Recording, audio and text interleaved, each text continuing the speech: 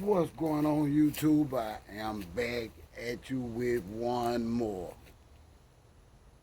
The CARLEE Russell. I can't even describe it. You just going to have to hear this, what the police said she told them for herself.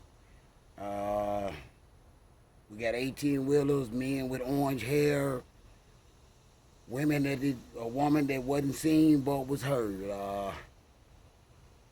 Strange and bizarre. Sound like the fish, smelling pretty bad. Let's get into the story. 8:20 p.m., CARLEE left work from a business at the Summit. Surveillance video from her place of employment shows CARLEE concealed a dark-colored bathrobe, a roll of toilet paper, and other items belonging to the business prior to her departure. She ordered food from Tzatziki's at the Colonnade and traveled there. She then traveled to Target on 280, where she purchased some granola bars and Cheez-Its.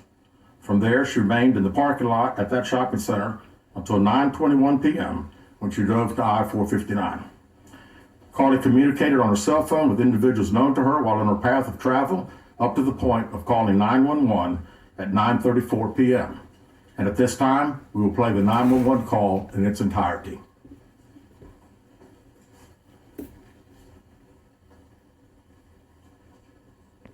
4:59, and there is a kid just walking by themselves. Oh, hold on. Where on 49 are you?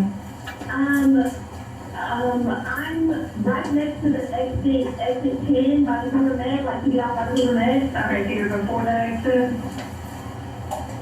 Yes. Okay, were you headed southbound or northbound? Towards Tuscaloosa or towards 280?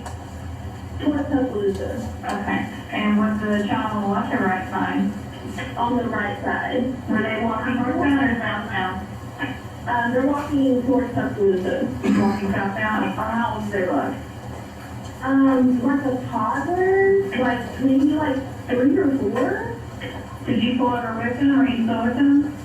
Yes. Okay, are you with the child right now? No, I'm not. I didn't get out of the car. I can see them though. Do you mind staying and keeping an eye on them until we get there? Yeah, sure, yeah. Okay, what kind of car are you in? I'm in a red Mercedes-Benz Is it a sedan or SUV? SUV. I mean, it's a sedan. Sorry. Can you put your hazards on for me? Yeah, they're on. Okay. Did you talk to the child at all, or did you say anything to them? No. Okay. No. Do they look like they're injured? No, they don't. Are they white, like you said, or Asian? They're white. Okay. Is it male or female? I think it's a boy, a little boy. White male? Okay, so is he wearing clothes? Yes. Okay. What is he wearing? It's a white t-shirt, and it doesn't look like he has any pants on. It looks like a diaper. And you don't see any cars anywhere? No, no cars anywhere.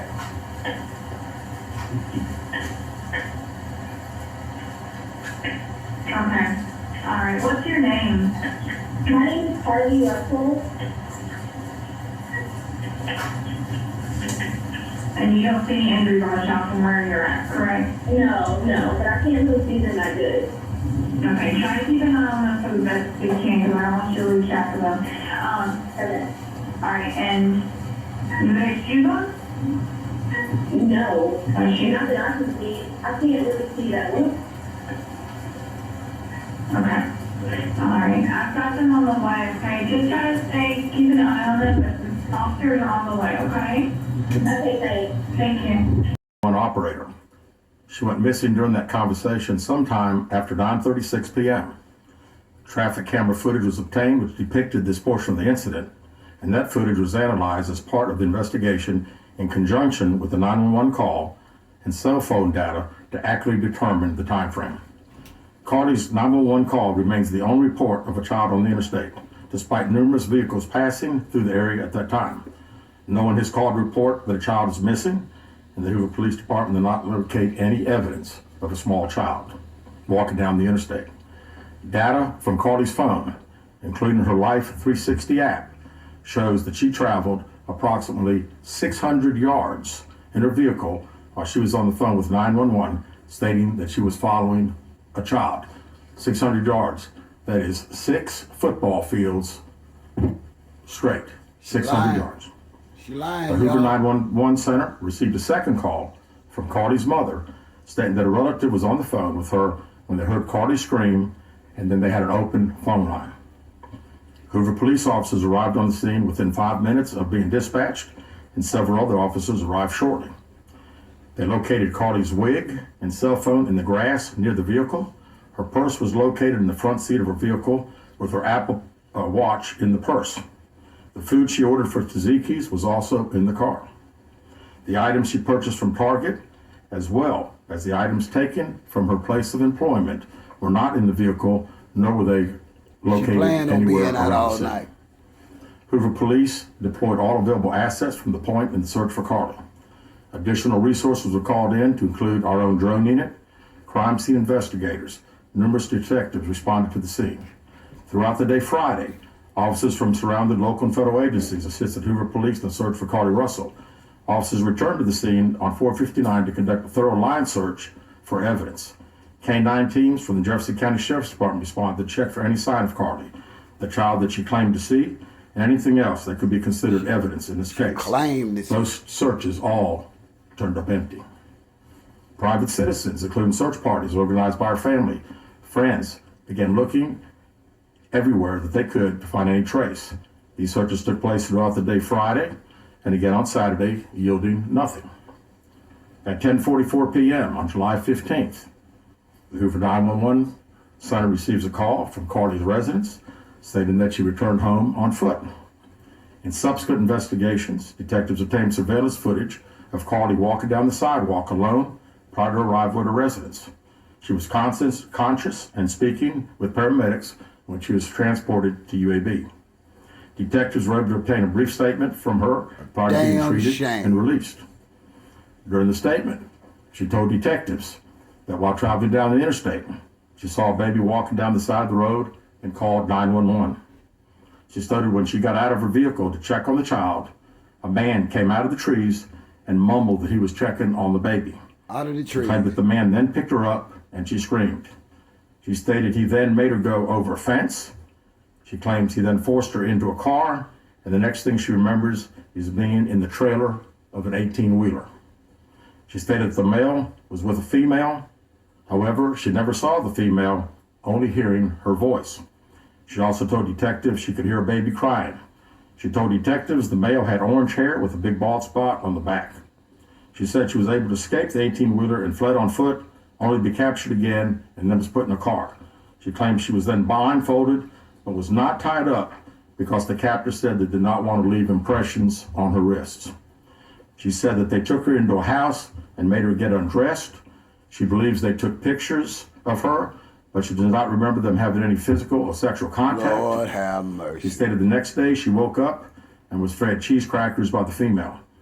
She said the woman also played with her hair, but could not remember anything else. At some point, she was put back in a vehicle she claims was able to escape while it was in the West Hoover area. She told detectives she ran through lots of woods until she came out near her residence. During this interview, detectives noted that Carlee had a small injury to her lip, and she claimed that her head was hurting. She also had a tear on her shirt. Detectives also noted that she had $107 cash in her right She lying, sock. y'all. She going to jail. Out of respect for Carlee and her family, detectives did not press for additional information in this interview and made plans to speak with her in detail after giving her time to rest. Detectives continue analyzing data from Carlee's cell phone that was left behind at the scene. We enlisted the help of the United States Secret Service in conducting this analysis. Part of what data included several internet searches in the days leading up to her disappearance that I think are very relevant to this case. On July 11th at 7:30 a.m., the term, "You have to pay for an Amber Alert" was searched.